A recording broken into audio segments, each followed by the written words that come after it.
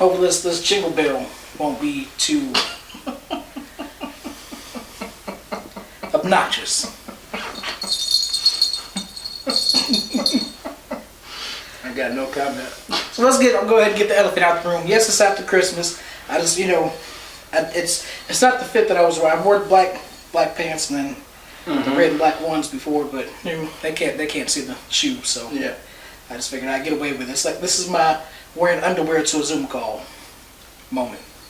I get that. Yeah. Because you don't want to know you Winnie Pooh out here. I get it. You said I don't want them to know what? You know, on a Zoom call, because most times you don't have to have on pants like Winnie the Pooh. Oh, the reason that caught me off guard is I was just watching the Joakim Noah and Derrick Rose little interview about their biggest moments, and he called him Pooh, and I was like, wait a minute, are you calling me Derrick Rose? But I got him, yeah. I mean, my knee is feeling kind of Well, I guess it's a good time is to say welcome to another episode of the Big Short of it all. Yeah. What up, people? Yeah. I can tell I ain't done this in a while, man. It's all right, man. It's been vacations, holidays. True. Yeah, staycations, all that. So I guess this is kind of like a post Christmas, post New Year's. Yeah. How was your holidays? Oh, you got stories? Okay. No, it was fun. I had a good time. It's just anytime I go home, there's always work to be done. Yeah, listen. I wonder if that's why I haven't been home in a long time. Always work to be done. Hey, I need you to go put everything in this room in the storage room outside. Got it. You had how many months to do this? Hey, I'm gonna tell you. Here's the thing. Here's what kind of ticked me off a little bit. Okay. When I went home, because I went home for Thanksgiving. And while I was home, my mom wanted me to pull the Christmas tree out of storage. Yep, makes sense. Put up. Okay. Didn't get a chance to put it up before I left because I was at the house that Saturday. She had to go. I think she had to go to work, and so instead of just because I didn't want to just set it up, and I was like, I didn't know where she wanted me to put it. I was like, I could have just set it up, and I would have set it in a certain spot, and she came like, I don't want it over there. So I was like, you know what? I'll just wait, and then she tell me what she wanted. But when she got home, we both didn't feel like doing it, so we didn't do it. Got home for Christmas. When you set up? Yep, I knew it. So now I had to put the tree back in the storage. Same tree I just took out of storage at Thanksgiving. I had to put it back in storage at Christmas. Oh, I thought she was going to say, put it up now. I mean, I know at this point it's too late. It was too late. So it was like, I basically took it out of storage for no reason. So much fun. So much fun, James. Yeah, I mean, that's memories. Like creative memories. I don't want those memories, James. I don't want them. Nah, I was just playing. I don't mind, because that's my mom. I do what, Yeah. I don't be down there often, so when I go, I try to make sure I help out, So what you said kind of brought up a question. I mean, obviously this and home can be home, so you can have two homes. But what, I've been thinking, so obviously, Chicago is where I'm from, it's home. Right. Even though I don't have a home there. Right. Still where you from. Yeah. And I've been living here longer than I have been in Chicago, but I still say I'm from there. But at what point do you consider a place home? So let's say that you move into a new apartment. Obviously, when you move in there, that's you would call it home. But I guess more the feeling, because when you first move into a place, it still feels new. You lay down, it just feels kind of weird. But then it's like one day you're just like, yeah, I'm going home. I know it seems, now that I'm saying it out loud, it's like I didn't answer my question. I'm just rambling at this point. Because it's like you're going back and forth between the feeling of home versus the use of the word home. Yeah, I guess so. In my case, a lot of times I'll be out and I just be tired. Like, man, I just want to go home and go take a nap. And then as soon as I get in my house, even my bedroom, I just get a breath of a whole bunch of energy. What about this building, this room, rejuvenates me? And at what point does that stop happening? Like if I move into this house, if I go back to this room, this building, this room, would I still be rejuvenated even though I don't live there anymore? Like what about this? That's the part. Yeah, that's interesting to me. I don't know.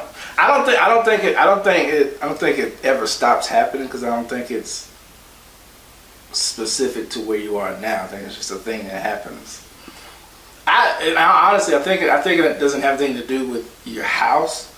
It's just because while you're out doing something that you don't want to do, you're like, man, I just want to go home. And then you get home, you're like, man, stuff now that I'm here, yeah, some of the stuff I would like to do. So you should get this boost of energy to do it. That's that. So people, I guess, subconsciously have been feeling that way. Mm-hmm. So that social battery, which is kind of a newish term. Yeah. Yeah. I mean, I think we've all experienced that. Now we just have a term to put to it. Yeah. I know Veronica, she talks about her social battery a lot because she talks about how it drains at work because she has to deal with people a lot. So I get it. Yeah. Hey man, my social battery it goes up and down. I envy people who were just the people who not necessarily laugh at their own joke, but just like 150% at all times. Oh yeah, no, I can't do that. Yeah, I need downtime. I need recharge time, as you would say. Yeah. Because my battery needs to be recharged sometimes. Some people just can go. I can't do that. I wonder, like, would I enjoy it? Okay, that's gonna make me sound depressed. How much different my life would be if I felt that way? Because like, if I'm tired, I'm gonna go home, be alone, blah, blah, blah, as opposed to, man, let's just go. We can go out. Let's get all this done. Like, is that more of an enjoyable, fulfilling life? I think it can be fulfilling, but I think the part about it that probably isn't fulfilling is if you're doing it by yourself still. Because if you're the only person that's doing that, but if you got like a group of people that's doing it, I feel like that probably adds to it. I mean, you probably still have a great time by yourself. Yeah. You're enjoying because you get the energy from other people, but I feel like it just makes it even better if you have somebody to do it. Not like in a partner way, but just another person who has the same amount of energy, and y'all both go out and we both doing it. I felt like you were taking jabs because of what happened last night. That's what happened last night. Well, we can change the subject. Oh, about reaching out to an old friend. Oh no, I wouldn't even talk about that. I'm just talking in general, like, because I'm just thinking like, if I'm a person that goes 150. Like, if I have another person that goes 150, like a partner in crime, as you would say, it just seems like it would be a great time. Because even still, you're going to enjoy yourself because you're probably going to meet new people while you out being 150. Because I'm pretty sure there's a lot of people who like to go out and they all be at the same place sometimes. So you meet and you mingle. I don't know. So now that you brought that up, do you think that people who are very social, vocal, just people that are more energetic would compliment somebody better? Compliment isn't the word. Do you think that they're more compatible with somebody who's also as talkative and outgoing as they are? Or do you feel like that opposite attracts kind of thing? Or do you think it's situational? What do you feel about that? I feel like it's probably situational.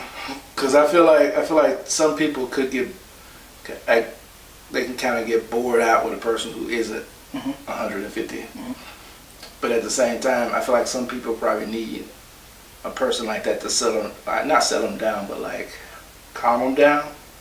I don't know, but it could be beneficial because like you could have a person who's 150, and then they could end up pulling the other person out to do more. So now they kind of like find that balance or whatever. I don't know.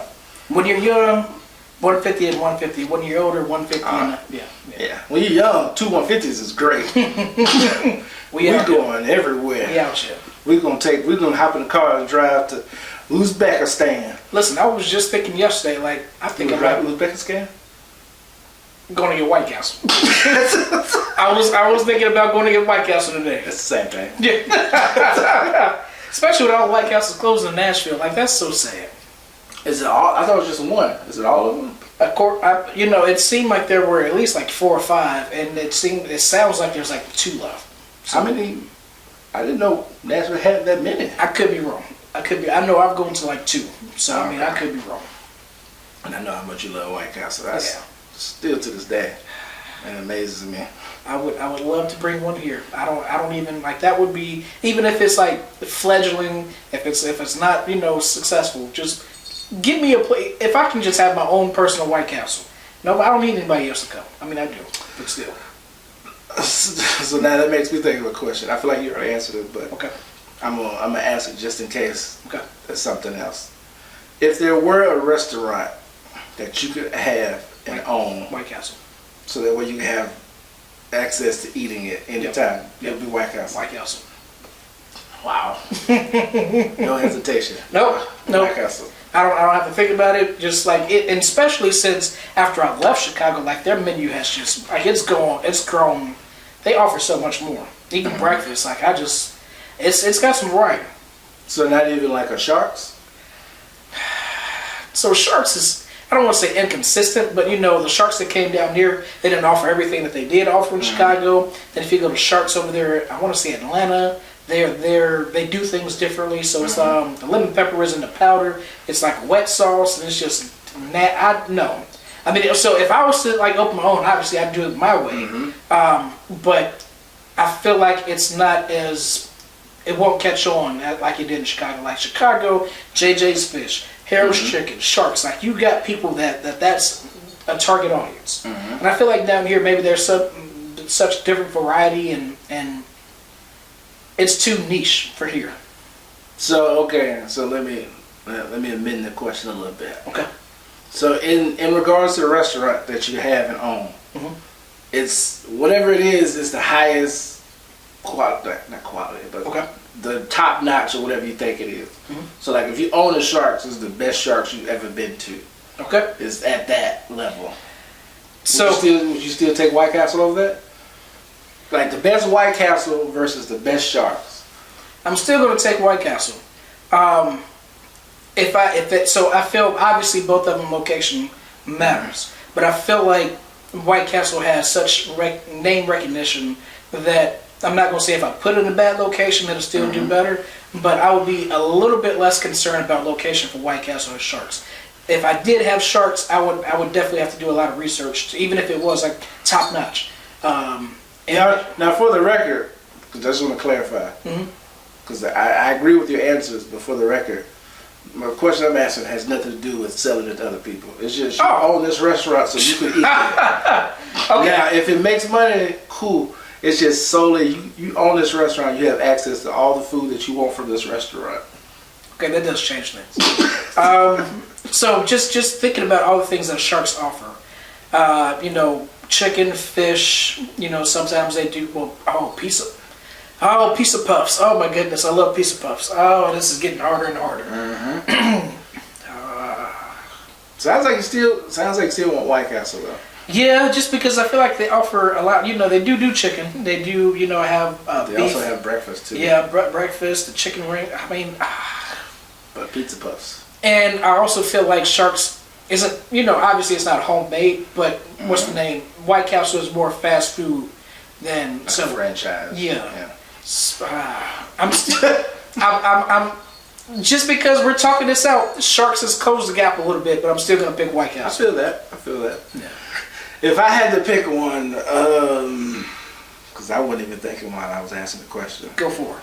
If I had to just pick one just off the top of my head, I don't have an answer, but I'll say this is just how I look at it.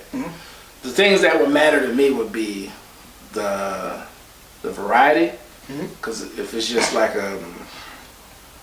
let's say like a Zaxby's. I like Zaxby's, but that's chicken all the time. I was gonna say tenders because Zaxby's have a little bit more variety than tenders. Tenders is like it's still all chicken. Yep. So like, I need to be able to have something different.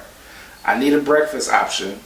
I need probably not less. I would say I'm gonna call it like a light lunch option, like maybe like a sandwich or something. Yeah. And then a dinner option. So I need those available. Now, what restaurant has that I would pick? I don't know. What is your favorite restaurant here? Like, I know it's kind of almost the same kind of question. I have a favorite restaurant. Like, I don't have a White Castle like you have. Like, I don't have that. Yeah. So, I don't know. And it amazes, and I understand, especially because that's the way I feel about Christmas. But it amazes I talk about people putting an S on restaurant. The kids are rubbing off on me. So Crystal, I do not like Crystal, so I can understand why people like you're just like no. White Castle is disgusting. I never. So I get it. But White Castle, I fucking love White Castle. I don't. But it's also too like people down here. We're not used to White Castle. We don't have a White Castle. So when we think of White Castle, the closest thing we can think of is Crystal. Yep. And a lot of people don't like Crystal, so I don't get it. I don't. Because like when we see the commercials and you see all the pictures, they're basically the same. I mean, obviously, yes, the taste is different. Yeah. But as far as like the type of food they have, it's the same thing. If I was to put a Crystal slider and a White Castle slider, you'd probably think they taste the same. Yeah. So it's like when we think of that, we're like, you like White Castle? Then I might just like, you might as well say you like Crystal. And everybody's like, I don't like Crystal. That is so. Crystal. I'm sure we had this conversation before. Crystal is one of those restaurants. I'm like, I don't know how they're still in business. What's the name? Captain D's is one. So I'm going to say specifically the one that's on the north side of town, because I've seen, the one on University. Is that Captain? Yeah, it is Captain D's. I'm thinking about Long John Silver. They're gone. Yeah, that one I was like, I don't know how they're still in business. Arby's, I do see people in their parking lot. Yeah. Hardee's, I like Hardee's, but I personally never go.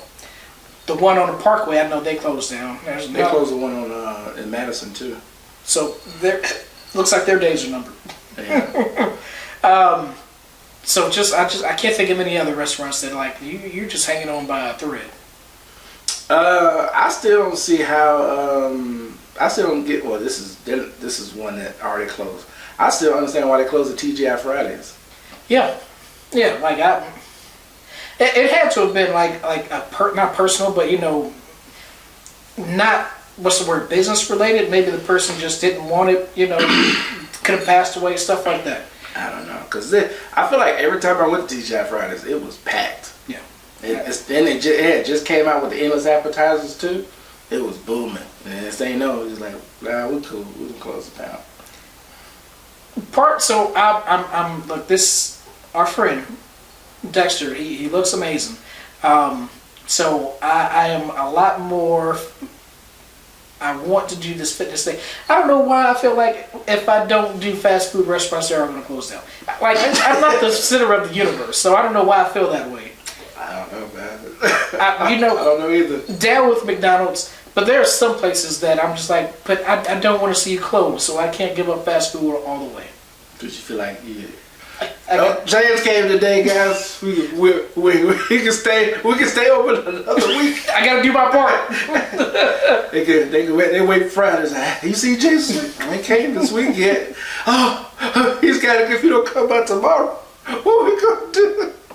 And I mean, there are, like you said, there's a person, I think it was Burger King, that said, they kind of. So I remember working at Applebee's. There was a couple people. So regulars do. Yeah. They do matter. They help. I don't know. I mean, hey, I still do the fitness thing. I don't think I've told you this, but like, I'm on my third or fourth shot of the Mounjaro. Oh, that's like Ozempic. Yeah, pretty much. Yeah. Okay. No, I didn't know that. How's it? Have you seen any? I haven't seen a lot of. Cause okay, here's the thing. So obviously, if I'm just gonna be honest with you, I ain't been doing the most as far as like exercising with it. However, I think since I've been on it, I've lost like 20 pounds or so. So like I can see the power, I can see the weight going down, but right. I obviously gotta do better because I gotta help the shot. I'll say it that way. How would you go about getting a Mounjaro? So basically, you just go talk to your doctor, and then like they'll approve you for it, and then I think most times your insurance will cover it, and if your insurance covers it, then you don't have to pay as much for it. But you just go to your doctor and then just tell them, hey, you want to see if you can get on them. And then they'll let you know, either, hey, yeah, we'll approve you for it or not. And then just basically go from there. I know, because Veronica, what she did was, because her doctor didn't approve it for it, but then she went to like this other, it's kind of like a medical weight loss clinic type of deal. Okay. And so she got the shots there, but you of course, her insurance didn't cover it because of that, so she had to pay out of pocket for them. So you buy like 4 shots for like a certain amount, and you take one each week or whatever. That was my next question. Okay. Well, what's the word? I wish you. Nope. Anyway, I hope it works out for you. Is what I'm trying to say. Yeah, I mean, it's like I said, the biggest thing is that it's just because even though like I haven't been like working out super heavy on it, one thing I do notice is like it does curb your appetite a lot. So like for instance, like when I went home for Christmas, probably not Christmas Day, but like a day or two after that, like I woke up that morning and I had my mom had these chocolate muffins. It's pretty good of size, about that big. Mm-hmm. So I ate that for breakfast, and then like I didn't eat anything until we went to this wing spot like later on that night that she really wanted me to go to. So like I ate that at like probably 9 something, and then I didn't eat again until probably that was at like maybe 6 or 7 at night. And I wasn't like starving throughout the day. I was cool. Yeah. So it does help with that. That was one of the questions that I forgot. So does a shot, what does it do? Is it only to curb your appetite, or is it actively like trying to burn fat? Like I don't know anything. So it's just the main benefit of it is it just helps curb your appetite to where it helps quiet that voice as far as like you telling yourself like I'm hungry. So another reason why I feel like I probably haven't been helping myself too is because like after I did like my first shot or two, even though like I wasn't getting as hungry, my issue was even though I wasn't like hungry for real, it was like I'm still used to eating, so I'm still telling myself like, yeah, I'm still gonna go eat this. Yeah. So it wasn't like my body said I needed more, so like my brain was like, oh yeah, you off work? McDonald's. That's what I'm used to. Yeah, like a routine. Yeah, that's what I'm looking for. So that's my issue, like stopping that now. But like even with that, I was still like losing weight. So like, but I don't know if it's because even with me doing that, I still wasn't eating as much. But I mean, I'm still like, cause I get on a scale like at her house, cause she has a scale at her house. I just get on like every morning or whatever. If I'm over there, I weigh myself that night. You'd be like, oh, 436, and I get on the scale like the next day until 431. I'm like, well, damn. Mm-hmm. I don't know how it happened, but I'll take it. So sometimes, I wrestle with trying to insert comedy. Obviously, my comedy isn't for everybody. Mm-hmm. But so if I thought of something, how would I make it flow? And I couldn't think of it, but when you said shots a few times, so I just thought of the song shot. And I was like, when would I throw that out there? I just decided not to. I feel like you could have been like when I was saying, oh, I'm on my like 3rd or 4th shot. You're like, okay, shot. And you gotta commit sometimes. Man. Yeah, and I feel like I don't want to say I want to be that kind of person, but that's that high energy kind of person to just be like, yeah, shot. I gotta laugh more. Let's put some no. It's just how you have to say it. Like you don't have to like put full energy into it. What I mean by commit is like sometimes you can't just question it, you just gotta say it. Yeah. And just throw it out there. I do have a habit of trying not to interrupt people, so that's awesome. Sounds good, man. So by the time that I want it, so like at this moment, like after we done talked about your whole thing, now it's just an awkward time to mention it. Nah, man, hey, this is all good conversation, man.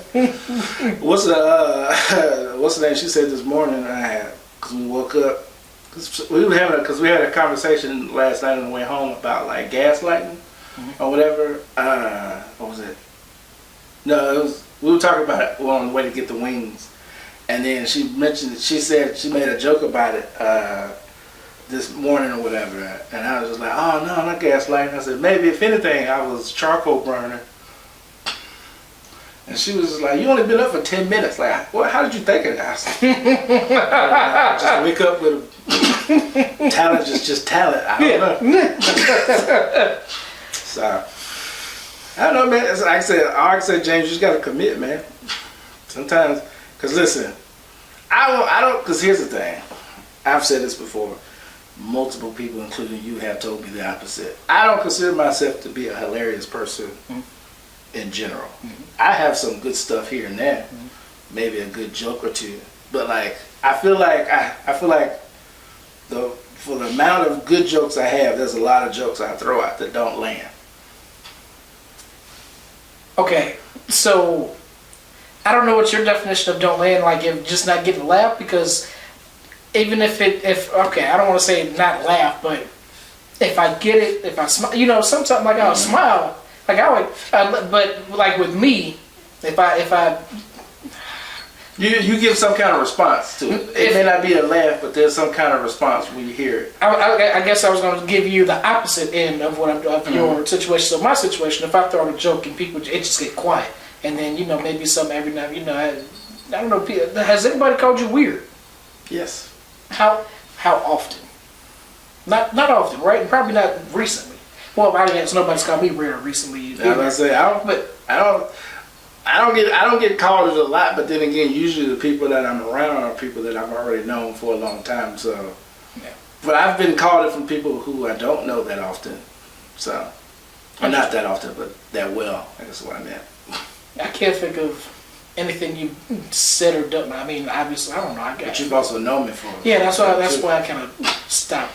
I don't know. Yeah. It is what it is, man.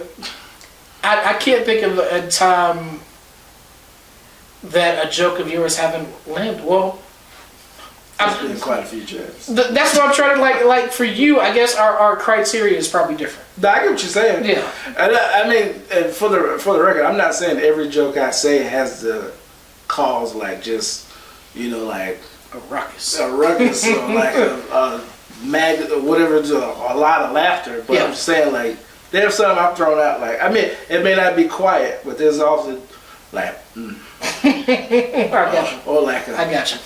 Okay. So I just keep on moving. I got you. I shoot another one right after. Usually because like I said, I'm a volume shooter. The ones that don't land, you probably don't notice it because I throw one right behind it. And actually, like that one hit. Before you said that, I was thinking to myself, you probably because like I've noticed. Okay, so maybe now that you said that, I've noticed like if you'll do that. So if you say something and then you'll follow, I've noticed that. Okay. I can sometimes so it kind of hides it so you don't pay it because I'd be like hey and everybody like no but such and such and such yeah like, yeah that's and you remember that one but the other one before you like good pivot good yeah I try I have a random this is a hard left okay I asked Veronica this question don't ask me what made me think of this okay. Don't know why, but I some maybe thought of thinking of the question. I'm curious to know your answer. Okay. If you were to be a rapper, what type of rapper would you be? Oh man. Just to clarify, what I'm asking, would you be like an introspective rapper? Would you be like a trap rapper? Like a drill beat rapper? Like a you use a lot of samples. Like who would you be? What type of rapper would James be? So I can take you through my whole, because I've been there. So obviously, I think all of us, if we were rapping back when we were in high school or whenever we started, we always probably started with gangster rap. So I definitely started there. I was dissing, all these rappers who didn't know, I existed. So I was, I was just fully into that. All right. I got to college, and that's when I was making beats. So I wasn't really much of a rapper. But I always I thought to myself, growing in Chicago, Kanye West was like real big when I was, I guess, into music. So I was like, what if you sampled music but did it with like a Southern style? So that's where I wanted to go. But obviously on the PlayStation 2, you can't really sample, blah, blah, blah, blah. But right when I got to college is when I got into that, the truth about hip hop stuff. So started going into conspiracy theories, and that's when I became one of those introspective rappers. Talib Kweli. The problem is that I recognized that it was too much. Like I made probably like 15, 20, 30 songs. Yeah. And I was like, if I put this all on the album, I probably wouldn't want to listen to it. Like, listen, I'm gonna give you a good example of that. I love Common. he can be a bit much sometimes. Yep. Yep. He's a little too. I mean, not heavy, but he's a little too like, yeah, black man. Like, oh, okay. So out of those 20, however many songs I wrote, I got it down to 15, 16. I was like, this is a good combination of what I think is funny, stuff that probably needs to be said, and then the creative stuff. Okay. And then I was like, so as time was going forward, other things that shaped me, and I got some feedback from people. Maybe some stuff was too wordy, something was this, something was that, and I just decided that some things just wasn't as important, and I didn't want to be preachy. So I went from like 16, 15 to 3 or 4. I combined lots of creative ideas with preachiness, but not too preachy. I think I found I forgot most of my stuff, so I can't even I could probably get like 3 or 4 is the ones that I remember. Okay. But so introspective, funny, and creative is but at the same time, like I said, my comedy. So what I might think is funny, probably other people wouldn't. So in my head, introspective, creative, funny. 3 or 4 songs. So if you had to, just for the sake of the people watching, if you had to give them kind of like a comparison of somebody to kind of give them an idea who because my first thought would be you sound kind of like a Tyler the Creator. So I have tried to listen. I'm not okay. Let me just hear it on before I say it. I've tried to listen to Tyler the Creator. But you know me, I'm not really into new music, so I didn't really give it that much of a chance. So I probably played 2 or 3 songs, listened to the beat, and then like when he started rapping, I had probably already came up with, and I was like, okay. So I usually just go back to, so I don't know if I'm like Tyler the Creator, but I've heard about his music. In my head, yes, but I can't say for sure because I haven't listened to him. Yeah, I mean, I don't know a lot of his music either, but I just mention him because when I think of artists, he strikes me as an artist who he likes to be funny in his raps. He's very creative, and sometimes he has some introspective stuff that he talks about. That's what you said. Yeah, and that's what he sounds like. And just that would be my comparison. I'll let you know. I guess when I realized that you're being too preachy, I had made a song. I combined a song with my video game song, and the song that was preachy had said, "I challenge you rappers to go a year about making music. I challenge you rappers to go a year making music without mentioning sex." And like I said, I was trying to combine things, and I was trying to think of what song I put it in, and I put it in my video game song. I'm like, yeah, James, you need to make a change. This makes no sense for it to be here. Nah, I get it. Yeah. I don't know, man. That's just, but I don't know. I guess my answer would be mine's probably be a little bit more straightforward because I don't have a history of like making music.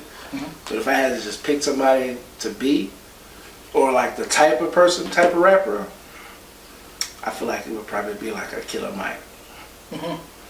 And what I love, so, I know Killer Mike about, back in the day, especially The Whole World was, for some reason, I know he's made music between The Whole World and his last album, but The Whole World and his last album was the last 2 times I remember him making music. So, in my head, that big old gap, and then everybody was talking so highly about his new album. I was like, good for you, Killer Mike. Yeah. I mean, he has a whole group with a white dude. I did not know that. Yeah, Run the Jewels, that's him and a white dude. Interesting. You didn't know that? Yeah, that's him. Okay. And it's him and the white dude. They call Run the Jewels. So I mean, obviously you said if you would be a rapper, but like, would you pursue rap or singing? Nah. Okay. I wouldn't pursue either. But if I had to choose, it'd probably be rapping. Okay.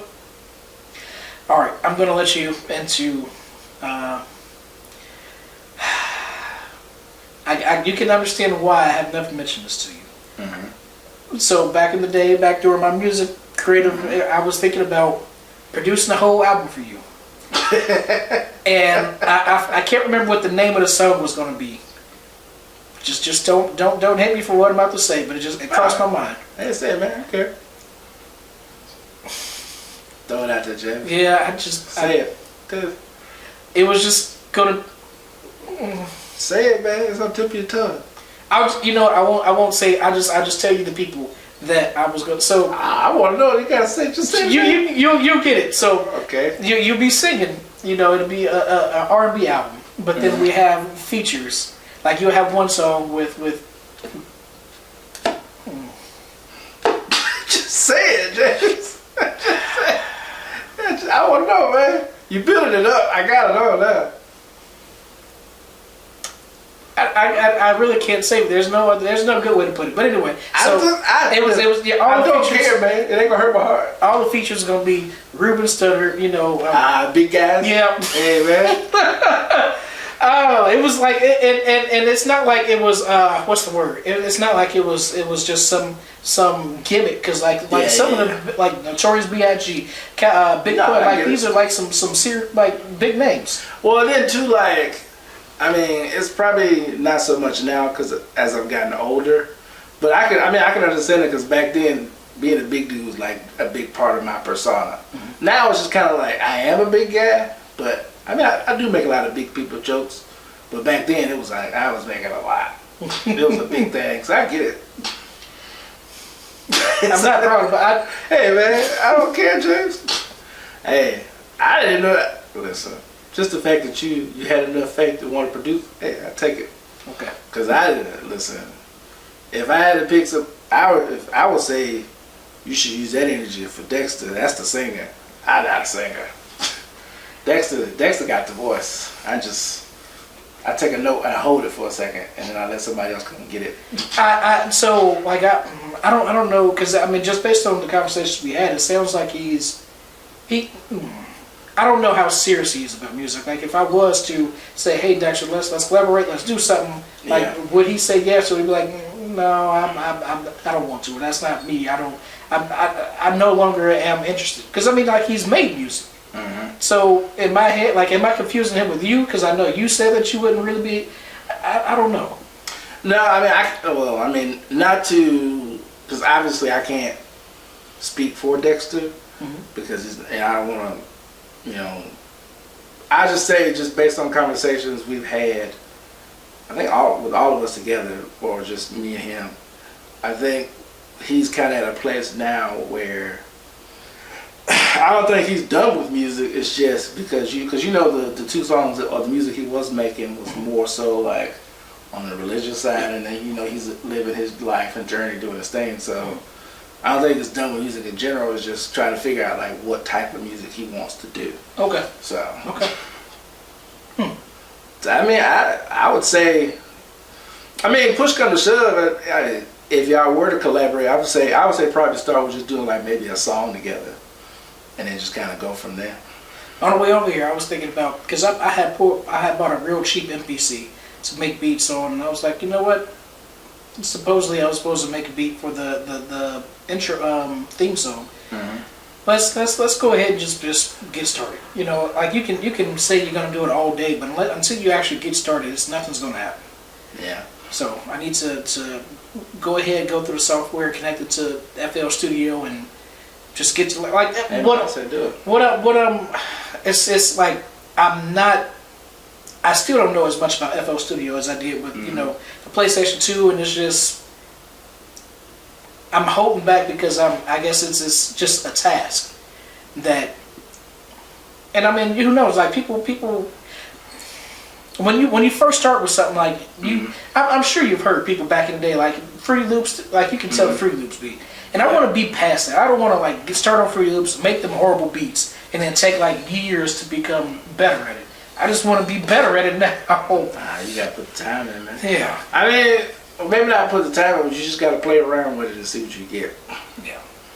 I don't know. I got one question, and then we'll go back, because I don't think I asked you how your holiday break was. Okay. But, and we don't have to talk about it long, but I am just curious to know how you feel about this. Why? My question is, why do you think most people? Because I feel like it's probably the same with podcasts or anything like that. But I feel like nowadays everybody wants to rap. Why do you think that is? So I know growing up, bad part of Chicago, just that's what people just aspire. It's just so engraved in our culture. You grow up around these different people who expose you to this and that. Like now this age, I don't know anybody that wants to be a rapper. But I mean, I guess because you're growing up in school, so I think it has something to do, with your environment, and maybe some people don't lose that. They just hold on to it and they see that as the only way out. I don't know. I just feel like I think part of it has to do with that, and I also think too part of it has to do with the fact of like I feel like it's so easy nowadays, especially like you would say, all you gotta do is get somebody who's willing to play around with FL Studio.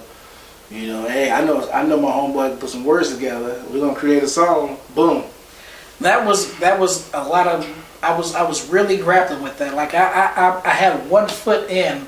Like I feel like I had great ideas, but some of the ideas, I'd say like 3 of the ideas that I had really would have took me some time, and it took me a long time, about like maybe a year, to write one song. And I'm sitting here, listening to Soulja Boy, like you said, I'm listening to these people on the radio, and I'm like, why would I take a whole year to write one song? And it's so easy for this person to make. So I hear you. I struggled with that for a long time. Because I've been watching this show on YouTube. I can't remember how I came across it. It's called The Debut. Have you heard about it? So it's like this. Basically, it's kind of like they have like local artists. Well, maybe not. They're not all from the same city. Some of them they fly in or whatever. So they'll bring in like basically artists who like are up and coming or whatever. And it's usually hosted by this chick who's like her name is Princess Ivy. She's like Boopsie's daughter. Okay. She's a rapper now or whatever. And so like she's usually like the host, and like they'll come in and they'll say their name and where they're from, and then like they'll basically perform their song or whatever. And so like but it's like people, obviously. I mean, maybe I would have heard of them if I'm from that city that they're from, But like it's usually people you never heard of, and so it's just kind of like I guess the debut day, whatever. So I feel like with stuff like that, you hear a lot of people. I'm like, okay, this is like. I mean, obviously most of them are usually pretty good. I haven't heard one that I didn't like. I mean, even if I like it, doesn't mean I probably like bump it all the time. But I can still be like, that's a pretty good little song. Yeah. But I'm just like, there's a lot of people with talent out here like that. So part of me also don't think that, like, even if I was or still had that drive, I think that, the fact that there are, like you said, so many people that have talent, but it's not the same, especially with streaming. Back in the day, you can give somebody a mixtape, you can do this, you can do that, and then somebody, or just get seen by somebody, hey, this is the next big person, and they blow up. Yeah. And I'm like, I don't really see that, like you might, there was a SoundCloud era, so many people on SoundCloud probably haven't even gotten any kind of recognition, but how do you have that blow up moment? How do you release something? Like the last people I can think of is probably Chloe Halle that got noticed on YouTube. Maybe Justin Bieber did the same thing, but I don't know how many people went to social media or streaming like that route, or could do that now and get seen. But here's my question though.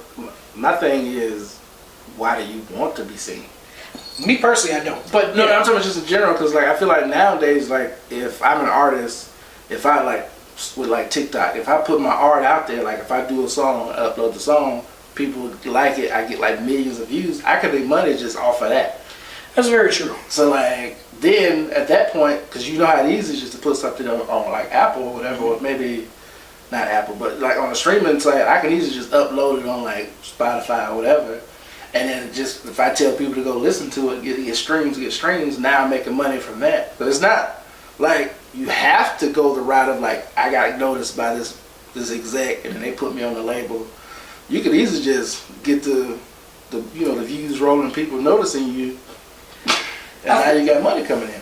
I think part of it's, well, I guess from my understanding, if it were me, I probably wouldn't be satisfied. Like, okay, no, I take that back. Me, that would be fine because I don't want to be famous. But anybody else, I could see how somebody would want to be immortalized by having their, single on the radio. And a lot of times, if you listen to the radio now, like half of it, from what I hear, is like, oh yeah, I heard that on TikTok. That I can't think of her name, but the Bust It. Like, when that song got popular, it was already like a year old, but it had just got on the radio because it blew up from TikTok. Yeah. So if you do TikTok, I feel like it's more of a fad thing than if you were to go like the record label route. Then it's more somewhat immortalized because that's almost more official. Like, it's like the first thing that came to my mind was the NBA.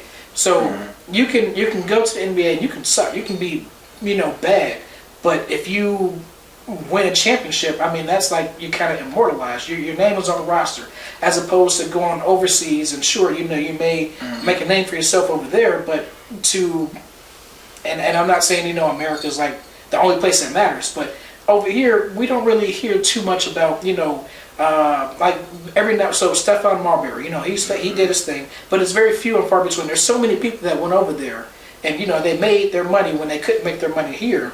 Yeah.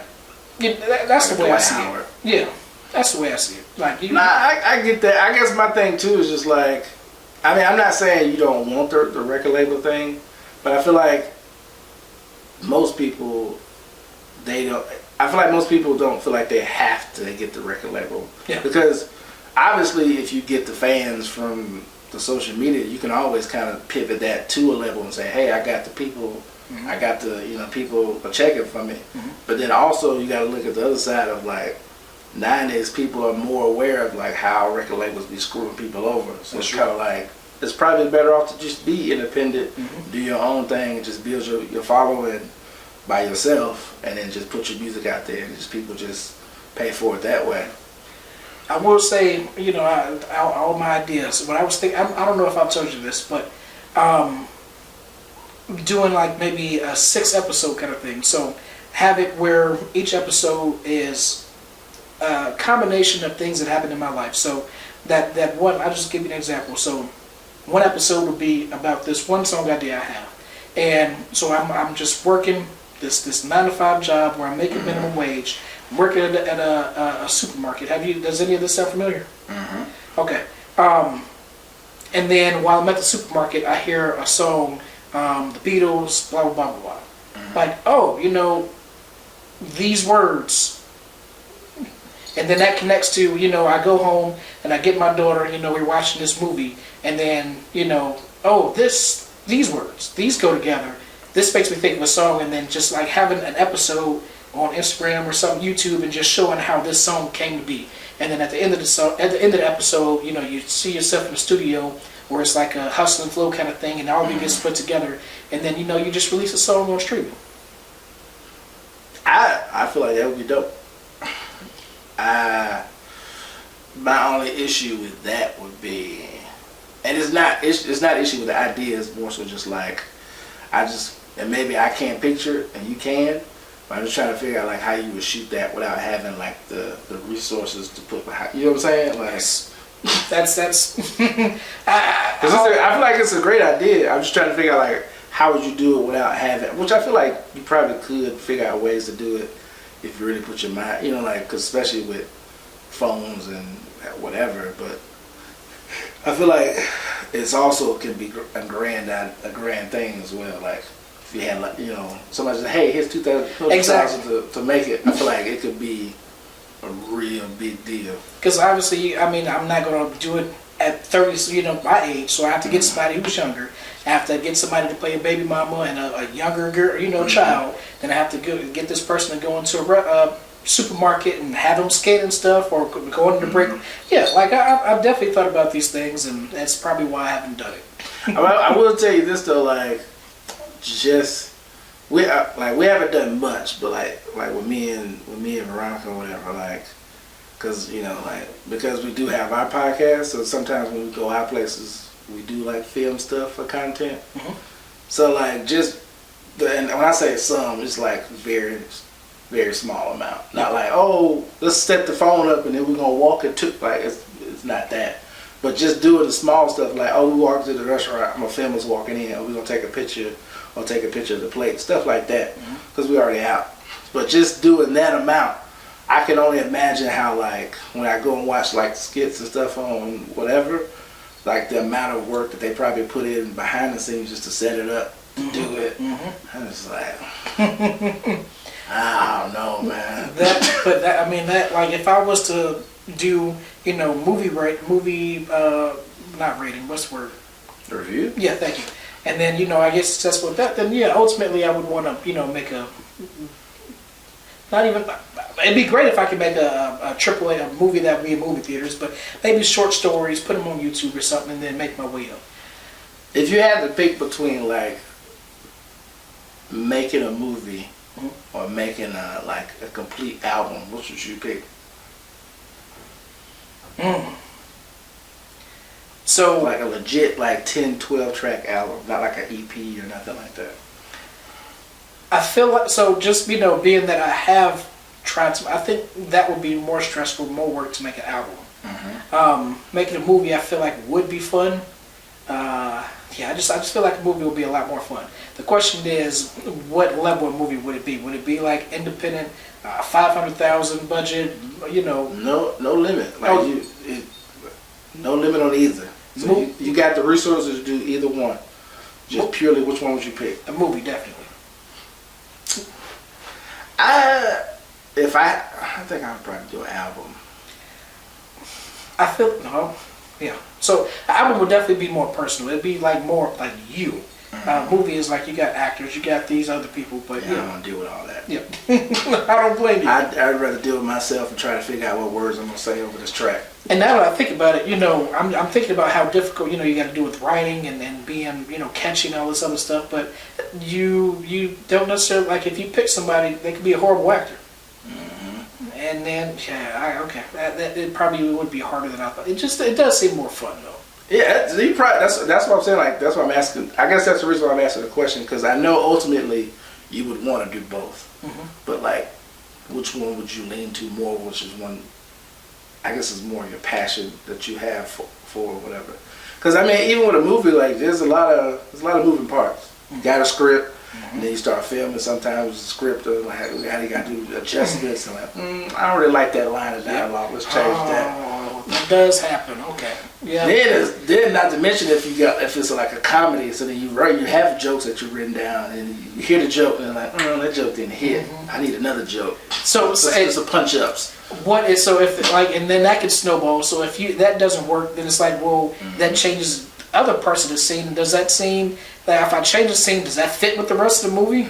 No. Then you add an environment, so like, if you, like, that says a scene you want to shoot outside, but it's raining, and so now you gotta stop. You gotta put off the that. Oh, okay. The sound ain't right now. You got the ADR from what's the name, from Madam Web, who like all his lines are just dubbed over. I don't even know why they let. It's a whole other. I'm not gonna go down there. Because I mean, like, almost every line he had was not him saying. I mean, it was probably him, but it wasn't him in the moment. It's like, how y'all let that slide? I was gonna say, you thought we'd either be okay with it or we wouldn't notice. I mean, because don't get me wrong, because I know. I mean, from what I know about movie making, I know ADR happens. I know it's a thing, but it's usually done like maybe when the character's like facing away or like they're in another room or something. But like, he clearly looks at the screen. No. Yeah. I don't know who these women are. What? This is there should be a standard, and you all are not holding up your end of the bargain. They did it a little bit in Kraven, but it wasn't.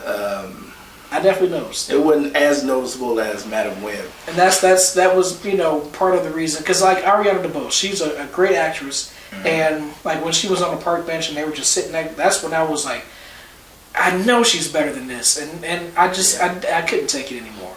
My biggest issue, I don't know if we talk about it I don't know if we talk about Kraven on here, but my biggest issue with her character was, it wasn't. I don't think she was necessarily. herself, I don't think she was necessarily bad in the movie as far as like her acting or whatever. I just don't feel like their history or their paths, like it's like they forced it to happen. Yeah, it didn't make sense. and so there's so many reasons that I walked out of that movie, but he is literally killing people. She's a lawyer, and her job is pretty much, she should be saying, hey, there's this guy going around killing people. She says, hey, I can't help you. I'm going to help you. Yeah. I don't know. Yeah. Okay. I think she had the card, the Zodiac card. She was like, yeah, man, this is a strength card. You know, hold on to this. Because, you know, this may come up. Cool. Next scene, gunshot. She just walks off. And the parents are like, hey, where did she go? Yeah. I'm not pissed that she just walked off in a safari. Like, hey, that daughter of ours. She just happens upon this little white dude. Hey, you got shot. Keep this car with you. You're going to need it. So with all that being said, did you like the movie? I mean, I'll say it this way. Okay. Yes, but I liked it because my bar was not that high to begin with. Okay. And I liked a lot of pieces of it, but as a whole, it was. It's probably, if I had to say, it's probably in the top percentage of the Sony movies that came out with. Like, it's better than Madam Web. Venom is still probably higher than Kraven, but it's better than Morbius to me. So like, yeah, I liked it better than most. I'm not saying that I like Morbius, but I actually like more. So I put Morbius above it. I like Morbius more than other people, but I definitely know it's not a good movie. Yeah. So the highlights of the movie, even though when I say Russell Crowe, I think Russell Brand. I'm like, I feel like that's not the right. So Russell Crowe, obviously he was doing his thing. I don't think I had any bad things to say about him. I didn't really have too many issues with him.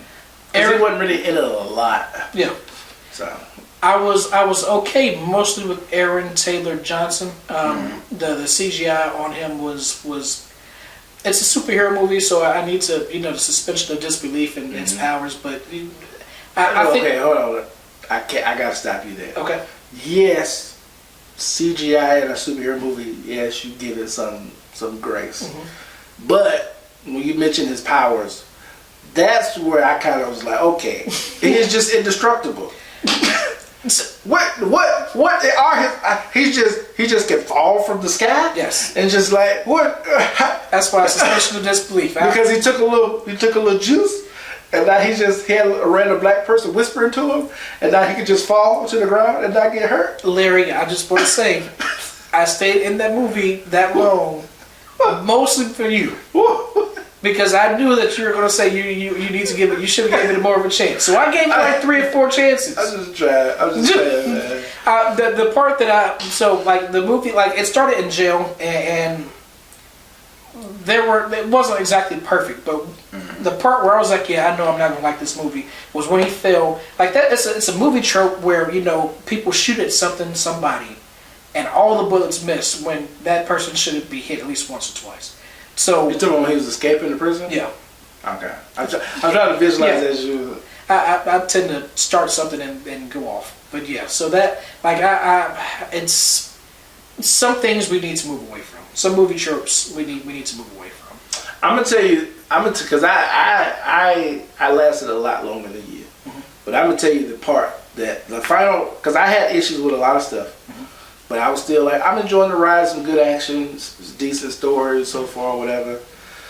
But the part, like I said, her running off as a child, okay, I was like, all right, whatever. He getting attacked by the lion, she saved him, all right, okay, whatever. Yeah. The part that got me to where I was like, because before I was like, the movie's not great, but it is what it is. But the part that happened, I was like, oh, this is a Sony movie. So Russell Crowe was at the bar.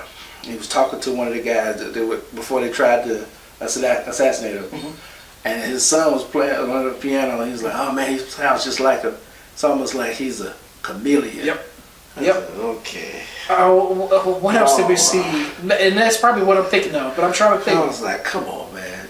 It's almost like he looked at the camera and was like, "Hey, he's a chameleon." Yep. I was trying to think of so me and Dexter we were watching Mufasa, and you know, I'm trying. Have you seen it? There was a couple. So one thing I'm not going to mention. One thing that happens, like it could have. I won't say anything, but Scar getting his name. I was like, it's never natural when they do that. You know, it always feels forced, and I understand Scar wasn't his name. Like it doesn't make sense for a lion. Yeah. So I understand that you had to, you know, tell us or show us whatever, but it's so the way it happened. Yeah. So anyway, I was trying to think when you said that, like, I just felt that way about something. It was because of Mufasa. Here's a question I'm curious about, and because I've been paying attention to this probably the last couple of years or so. Mm-hmm. I mean, obviously, I can't say it about everything that I've seen, but probably when I'm actively paying attention to it. But my question to you is, when did the trope start? Maybe it's not a trope, but when did the thing start to where, like, if a movie or a TV show has a certain title, it has to be mentioned somewhere in the movie or TV show? It's not always forced. So like sometimes they just say it, but like because you know it's like I don't know when I started paying attention to, like, oh, they said that's the name. Like, when did it? You know what I mean? Like, I know you're probably not like actually asking me for because I don't know, but yeah. But have you paid attention to it though? Yeah, and it's almost like when I don't think they drop the music, but they do make it dramatic. So, and Mufasa, what's the villain says, and it is my, I'm not quoting him verbatim, but he's like, and it is my destiny to become the Lion King. And it's like they make it dramatic, like so it's almost like they want to be corny with it. I don't know. I feel like it's not always dramatic, but sometimes they definitely do it. It's like because I think the last thing I saw where it was that I can recall was I watched the TV series The Madness. Have you heard about that? I saw it. I don't like the card. I can't remember what streaming. It was on Netflix. So it's, and this I guess is what made me think about the question before today, because I've seen it, you know, like, oh, you know, with Green Lantern or whatever. Usually superhero stuff they say it, or others, you know, Star Wars. Usually in those type of genres they're gonna say it. But so I'm watching The Madness and I'm just thinking, oh, okay, cool. It's 8 episodes. They get this episode maybe 6 or 7. They didn't say anything. It's like, yeah, man, this is madness. What? Yeah. What? I was like, come on, man. So I'm going to say something, and I'm going to take it back immediately. I know it's just so The Happening. I feel like the Mark Wahlberg Happening. I don't remember anything about that, but I remember one thing about that movie. That's it. So I feel like they actually did a good job of saying the title of the movie, because they're it's like, you know, I don't know what's happening. Like this is happening. Yeah. So it seemed natural, but I think the part that sucked about it is that it kept saying. And I mean, happening is a common word, so it's not like that. But it's like, you know. I do remember them saying it's happening. Like, yeah. Well, what's the name did it pretty well. It wasn't as noticeable in Alien Romulus, because they were talking about the name of a ship, so like it was like kind of not ingrained, but like they had a reason to say it. You know what I mean? They say Romulus. Yeah, because the ship they went to go steal the spoiler. I mean, this is not really a super huge spoiler, but like the ship they go to take the cryo fuel from, whatever. It was like named. They had like 2 separate bays, which was like Romulus and something else. I can't remember. Okay. Yeah. And so like you're just like, oh, you know, this ship was like, because they were reading like a flag. It's like, oh, this place is Operation Romulus or something like that. I was like, oh, okay.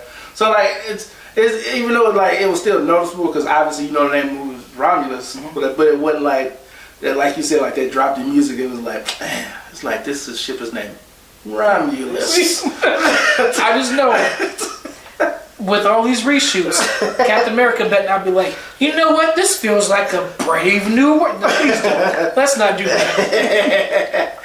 I don't know, man.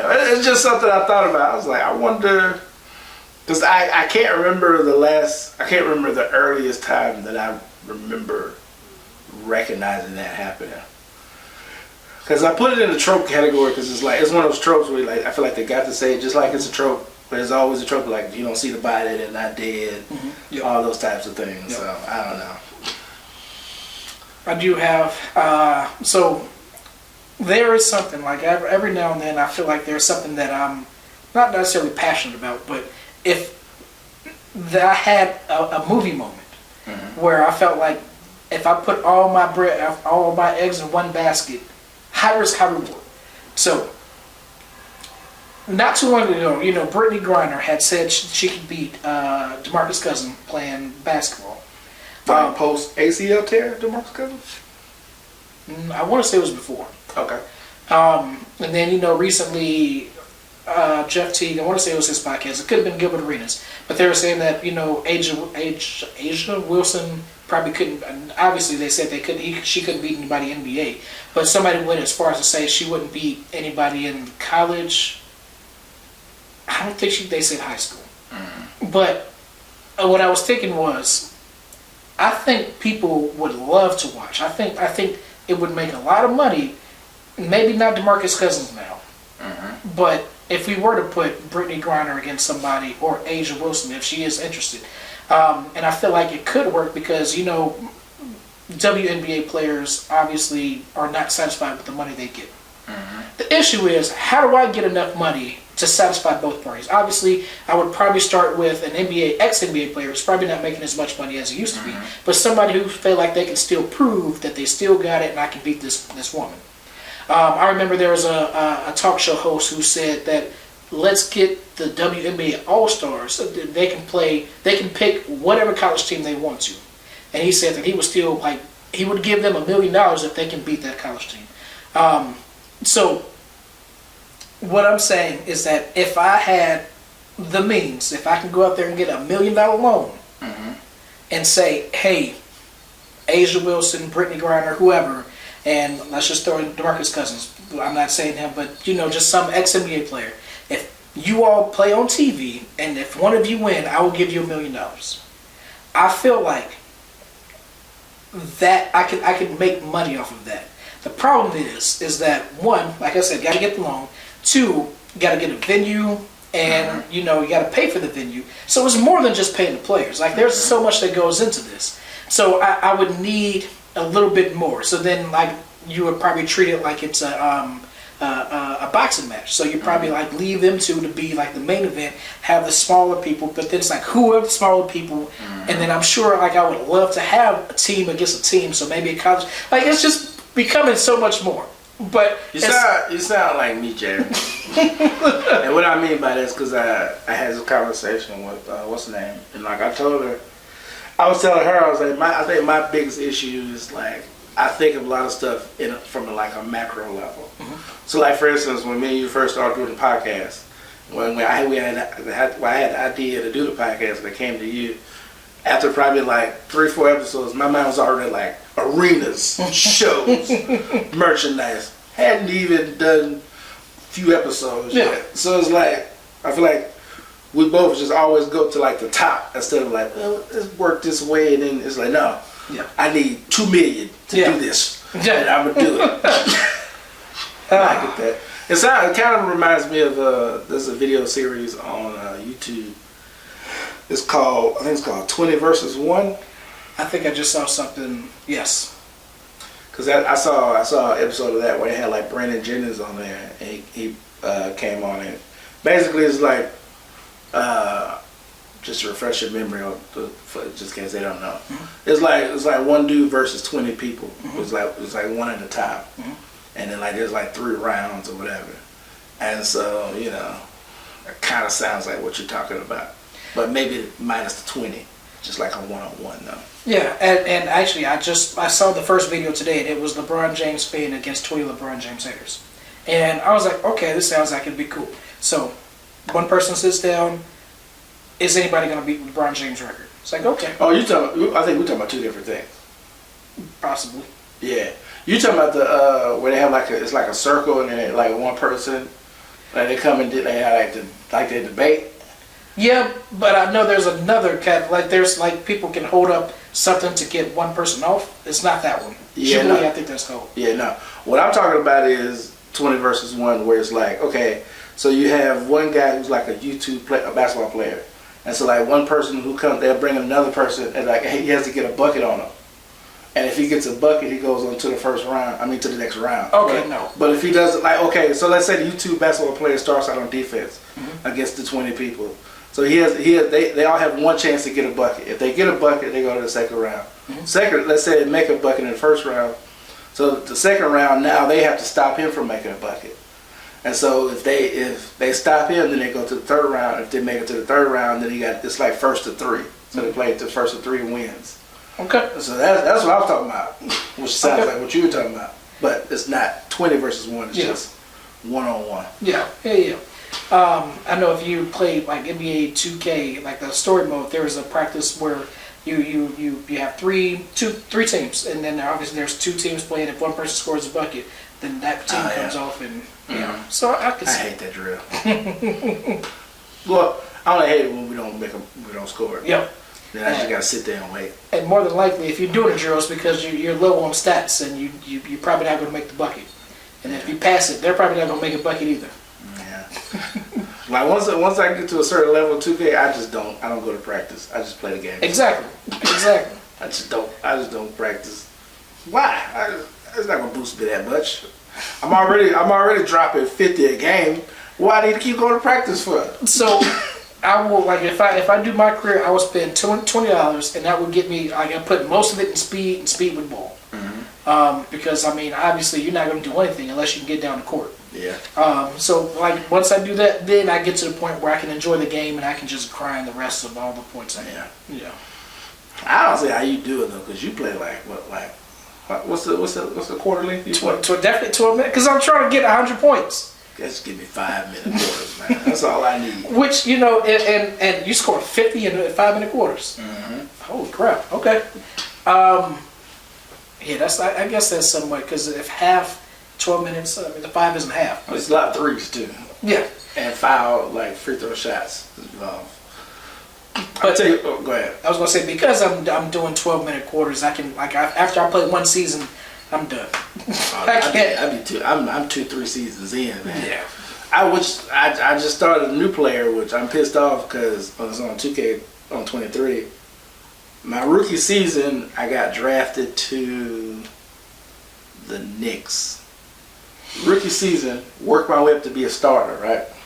So it's me and Jalen Brunson starting, like in the backcourt. The front court, no backcourt, right?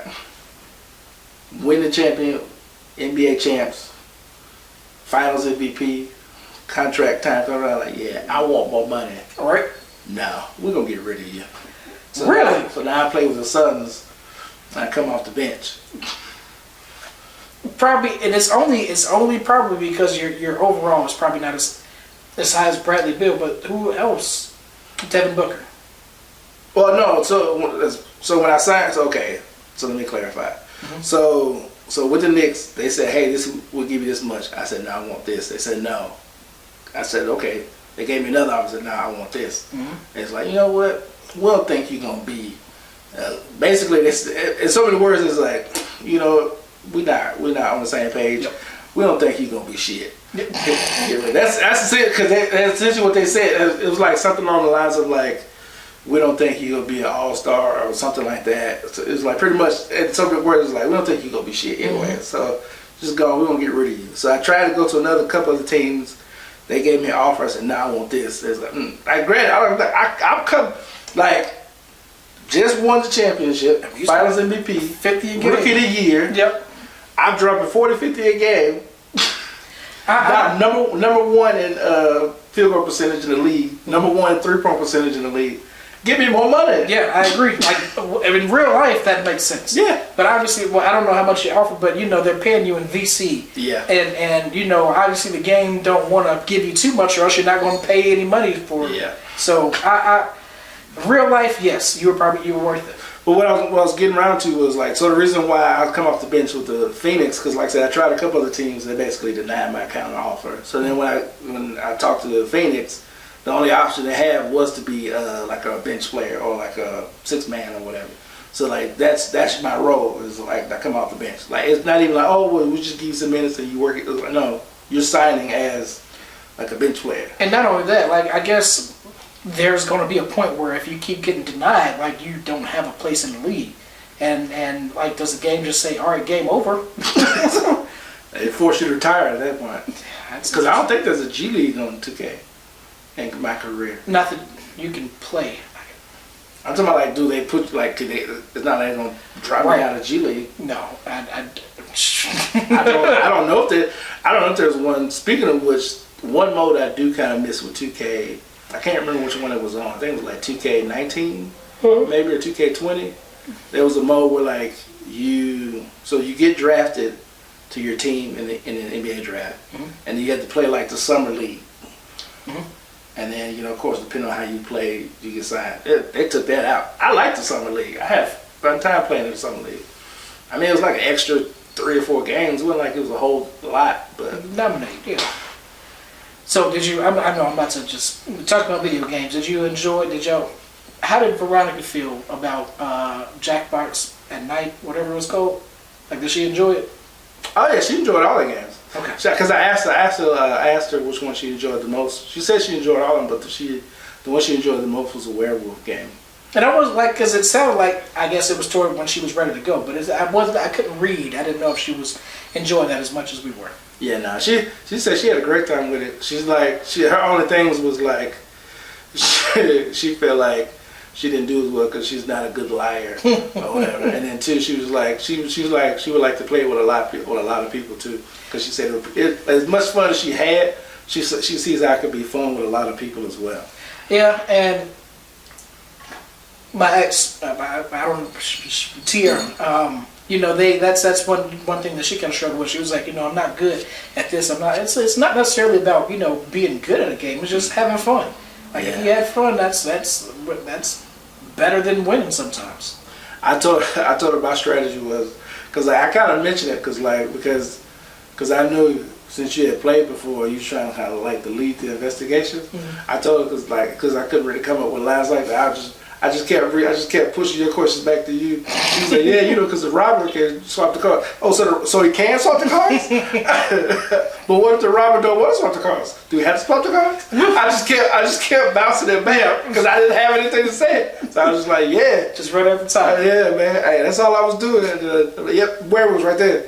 I do want to say, like, y'all, I don't think y'all swayed me away from like both y'all being werewolves. Like I had an idea that you could be, but like I'm, as you can see, like I think we only played with 2 werewolves 2 times. So I'm like, the possibility of both y'all being werewolves is probably not that high. So that's why I ended up just going with just one. Yeah, I will say that was probably the only time I actually actively tried to sway you. Yeah, because I knew she wasn't gonna be able to do it because she was being too giggly.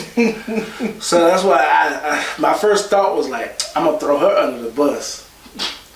But because I knew, I was like, you can't, as long as I get you to not vote both of us, I was like, one of us will win. But if it was easy to throw her because she was laughing the first time, so I just used that to kind of pivot off of.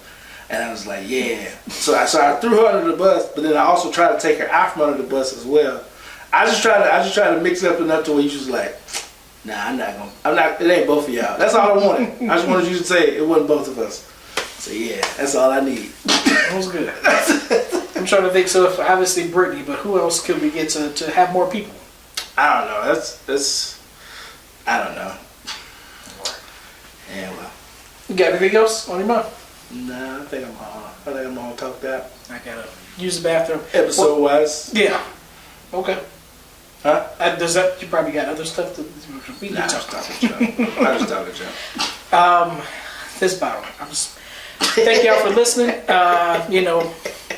If you enjoyed anything, if you had any comments or you want to talk about, leave a like, subscribe. Where's the coochie on the bottom? I forgot. forgot about. Oh, that was. I'm not gonna look at objects the same after that game. I think all of us were trying to not necessarily be fair, but like one person kept having better answers, but like we don't want to keep giving it to them. So I think we were all being diplomatic the whole time. But like most of mine, like when I had to judge, they both were great, but it was usually come down to like one thing that made, like for instance, the one with the pubic hair one on the building. Like I like both of them, but you can't not go with the mustache. But they don't know what I'm talking about. So. Yeah, it was fun. Jackbox at night, something like that. But comment, like, subscribe. Obviously, we have YouTube, TikTok, Instagram. Thank you. Yes. Go for it. You can find me on Instagram at DA_Bear, BEAR29. You can find me on Instagram at HAPPEE__MILLS. Maybe I need to change that because I just took a breath between the HAPP. I should probably change it. But thanks for listening. We'll see you. You'll listen to. Tune in next time. What is this? A chameleon?